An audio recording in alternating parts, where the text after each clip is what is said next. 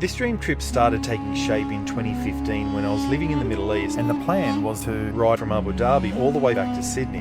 Long story short, it never happened. When I returned to Oz and back to my previous job as cabin crew, I bought my Aprilia, and my dream trip now was to one day ride across Australia. But I got married, bought a house, had my first child, and my dream trip was nowhere to be seen. Undeterred, I continued prepping for the trip, and luckily I was flying to the US, purchasing the accessories I needed there as they were more readily available and sometimes cheaper. Okay, so time to fly back home to Sydney. I've picked up all the gear and I've managed to, as best as I can, pack it into my suitcase. So I've got the rack on one side.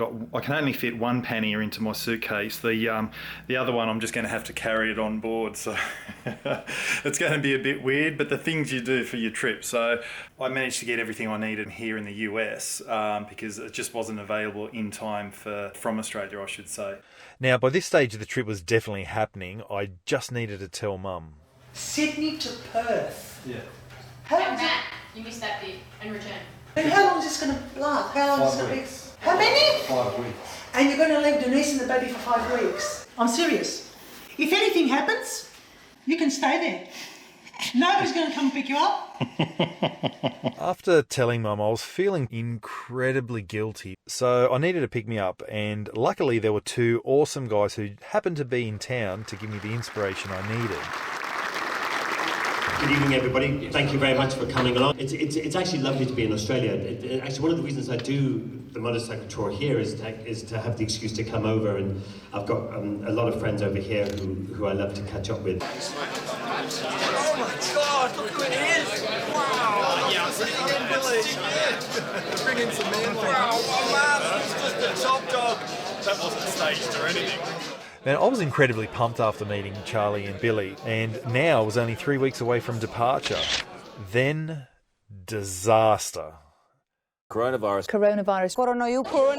Just going to pause the video here. Just because coronavirus wasn't bad enough, here comes the Mike Tyson knockout. With Virgin Australia releasing a statement saying that they are now in voluntary administration. My airline went bankrupt, I lost my job, and luckily a workmate brought home my top box from LA on the very last flight before the airline was grounded.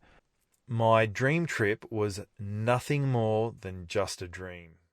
So then, what does one do in isolation at home? Online shopping for bike parts, yeah! It's been really exciting because deliveries of all shapes and sizes have been arriving not only all week, but all month. Let's check all this stuff out. A fuel bladder to carry extra fuel into those remote areas. A side stand foot extender. Most of my riding on the return trip is going to be on dirt roads and soft surfaces. Now, this one's a unique one. It's called a roo shoe. Now, as the name suggests, it shoes kangaroos from the side of the road. It could potentially be a lifesaver. It's only $6, so hopefully it does the trip. Then there's also camping chairs, mosquito nets, and a whole bunch of other stuff too that really gets you excited for the trip. Now, here's the really exciting bit, is putting all this gear on the bike. However, I found the first problem, a leaking fork seal. Now, you've got to expect that with an older bike, but it's absolutely awesome that it's happened here and not in the middle of Whoop Whoop.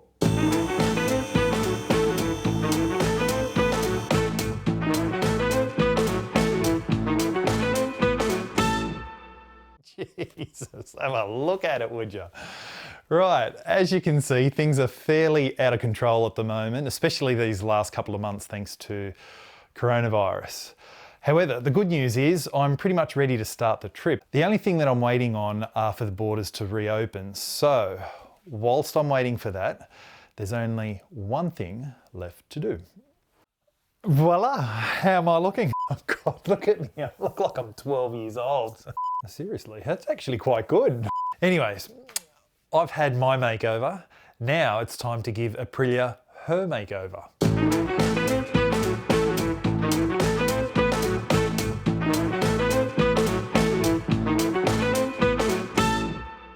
So now the bike was ready, I was ready, everything was ready, and the day was finally here.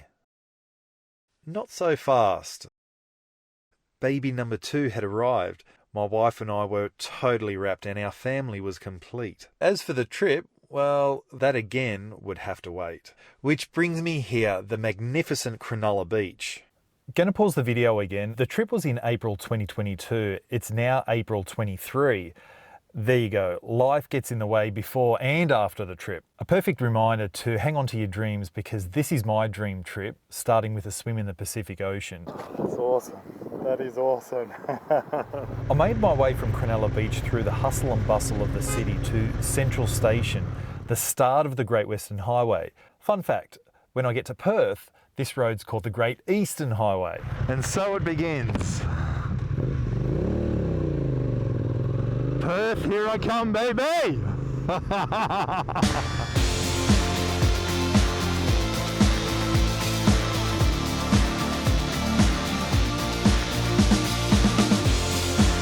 Geez, you're an ugly looking thing.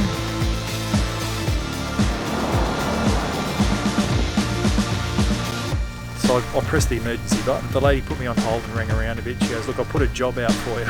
Wow, I've never had a police job on me before, but anyway, there you go. What and this thing's hard to start. That's what's left of my 360 camera. The camera's somewhere over there. This is supposed to be a dream trip. So as you can see, it's all covered in coolant all over the place. I may fly back home to Sydney to catch up with the family while the bike's getting fixed. I'll look back at this and have a giggle. I'm sure I will. It's completely irresponsible if I put myself onto a dirt road in a remote area with a limp bike. Alright, so I've got to make a decision about the rest of the trip.